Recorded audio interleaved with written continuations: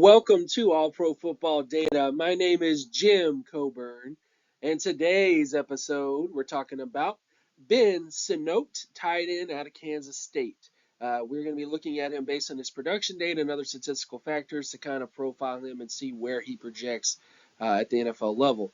Sinnott was first team All Big 12 in 2022 and 2023. He originally committed to South Dakota and decommitted to accept an offer to play as a walk-on at Kansas State. So he knows how to bet on himself. Let's see what his NFL prospects are like, and if teams should make a bet on him, probably somewhere in day 2 or day 1. Maybe not day 1, but definitely day 2. Looking at some things first. If you're new to the channel, new to the stuff that I do, you can pause the video real quick to kind of see how I do offensive market share scores. But this is how he tested in terms of his production data. He had an 87 percentile receiving market share production score, 80 percentile in terms of total offensive market share, and then 70 percentile in terms of touchdown market share. All those numbers, as you can clearly see, hit the starter ranges of possibilities, definitely hit into the Pro Bowl areas. All Pro areas are a little off a little bit, but for the most part, it's a pretty strong production profile from a market share perspective. When you get into efficiency scores, so you can pause the video real quick to kind of look at this, but efficiency scores show how efficient was he when the football was in his hands. So regardless of his production on the football field, was he efficient? When the ball was in his hands, was he getting lots of yardage and was he getting touchdowns? And taking a look at his efficiency, he was pretty decent in terms of this particular area. He was 79 percentile in terms of his receiving average and 69 percentile in terms of his touchdown percentage, or basically how often he ended up in the end zone when the ball was in his hands. These are good numbers for him. Not elite per se, but definitely hit within the ranges of possibilities that you want out of tight end prospects for his position. Moving on to mass density athleticism testing. So you can pause the video real quick to get a sense of this.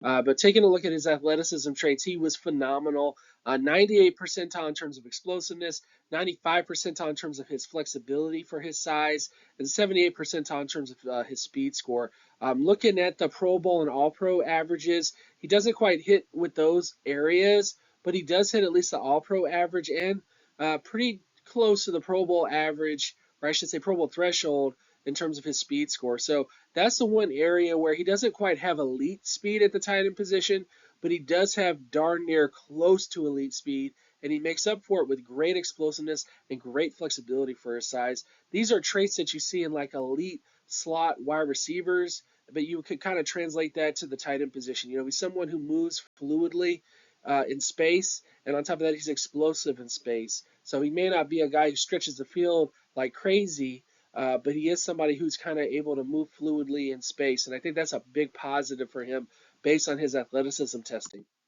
Going to adjusted production scores. Adjusted production is the context of the production. You know, how productive they are for their age, the strength of team that they are on, and the strength of schedule.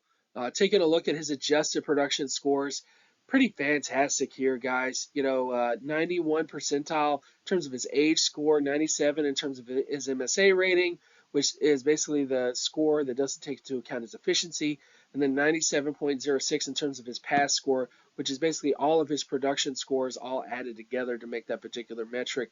But great production for the context of which he played, his age, and his level of competition that he faced.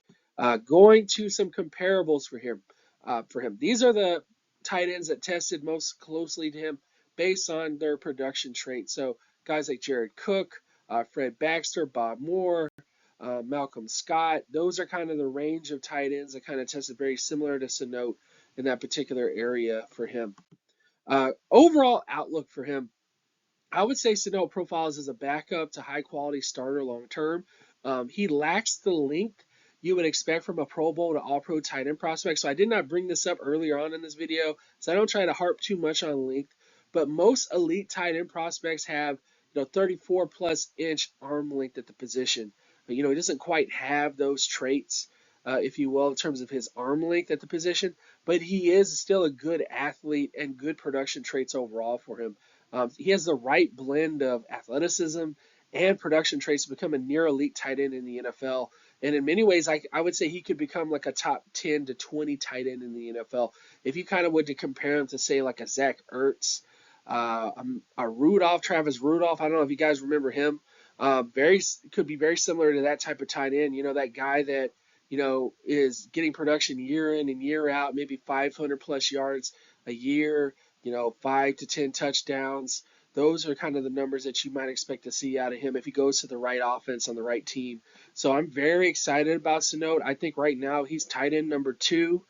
We don't really have testing on Brock Bowers yet to kind of confirm his status as the number 1 tight end. But I think in general, this tight end class is not elite, but it's very, very good. And Sinnott is a good example of that in many ways. So thank you guys so much for watching. My name is Jim Coburn. You can find my other work at Geometrics on X, formerly known as Twitter. You can also check out my Patreon page at patreon.com/jcoburn. And I will see you guys in the next one. Peace, everybody. Peace.